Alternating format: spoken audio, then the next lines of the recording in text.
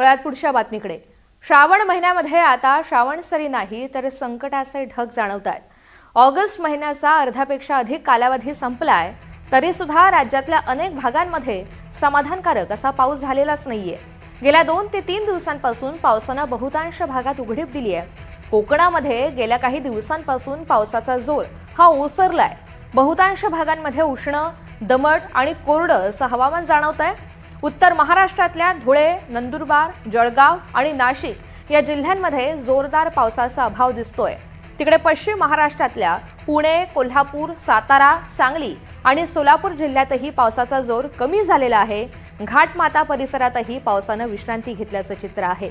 चांगल्या पावसाची प्रतीक्षा कायम असून संपूर्ण मराठवाड्यात कोरडं आणि दमट हवामान पाहायला मिळतंय।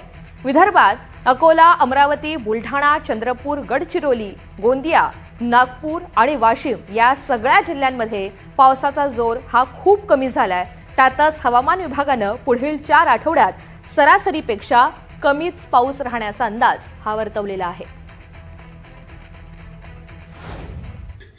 राईट, आता जर बघितलं तर आपण सध्या कोणती सिस्टम महाराष्ट्रासाठी अनुकूल नाही आहे। एक नॉर्थ ईस्ट MP मध्ये एक सिस्टम आहे आणि त्यामुळं आपण मध्य प्रदेशवर पाऊस किंवा जास्त ढग बघतोय आणि येणाऱ्या 24 तासामध्ये अजून एक कमी दाबाचं क्षेत्र हेड बे ऑफ बेंगॉल किंवा उत्तर बंगालच्या उपसागरामध्ये तयार होण्याची शक्यता आहे।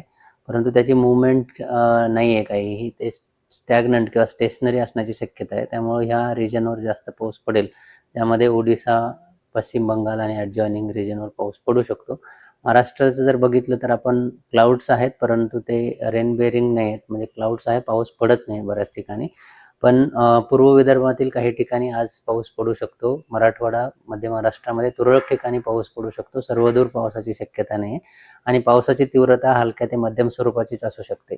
आता आपण जर येणाऱ्या 5 दिवसाच्या अंदाजामध्ये महाराष्ट्रातील कोणत्याही डिस्ट्रिक्टमध्ये वॉर्निंग्स दिली गेलेली नाही, ज्यामध्ये आपण येलो, ऑरेंज, रेड अलर्ट देतो, तसा काही अलर्ट नाही आहे, कारण मुसळधार ते अतिमुसळधार पावसाची शक्यता त्या ठिकाणी नाही आहे। जुलैमध्ये जो पाऊस झालेला आहे त्यामुळं पश्चिम महाराष्ट्रात पाऊस समाधानकारक आहे, परंतु मराठवाडा आणि विदर्भामध्ये पावसाची तूट खूप जास्त आहे। स्पेशली ऑगस्ट जर आपण बघितला, 1 ऑगस्ट ते आतापर्यंतचा जर पाऊस बघितला तर मराठवाडा आणि पश्चिम विदर्भातील बऱ्याच ठिकाणी पावसाची तूट ही 50%पेक्षाही जास्त आहे, कारण कोणती सिस्टम फेवरेबल सिस्टम जी आहे ती तयार झाली नव्हती आणि जो काही पाऊस झाला आहे तो ईस्टर्न इंडियन रिजनमध्ये जास्त होताना आपल्याला दिसलाय। महाराष्ट्रामध्ये पाऊस कमी झाला आणि जुलैमधला जास्त पाऊस पश्चिम महाराष्ट्रामध्ये झाल्यामुळं पश्चिम महाराष्ट्रामध्ये काही तशी परिस्थिती आपल्याला दिसत नाही, म्हणजे तूट इतकी काही दिसत नाही, परंतु नक्कीच मराठवाडा आणि विदर्भामध्ये तुटीचं प्रमाण जास्त आहे।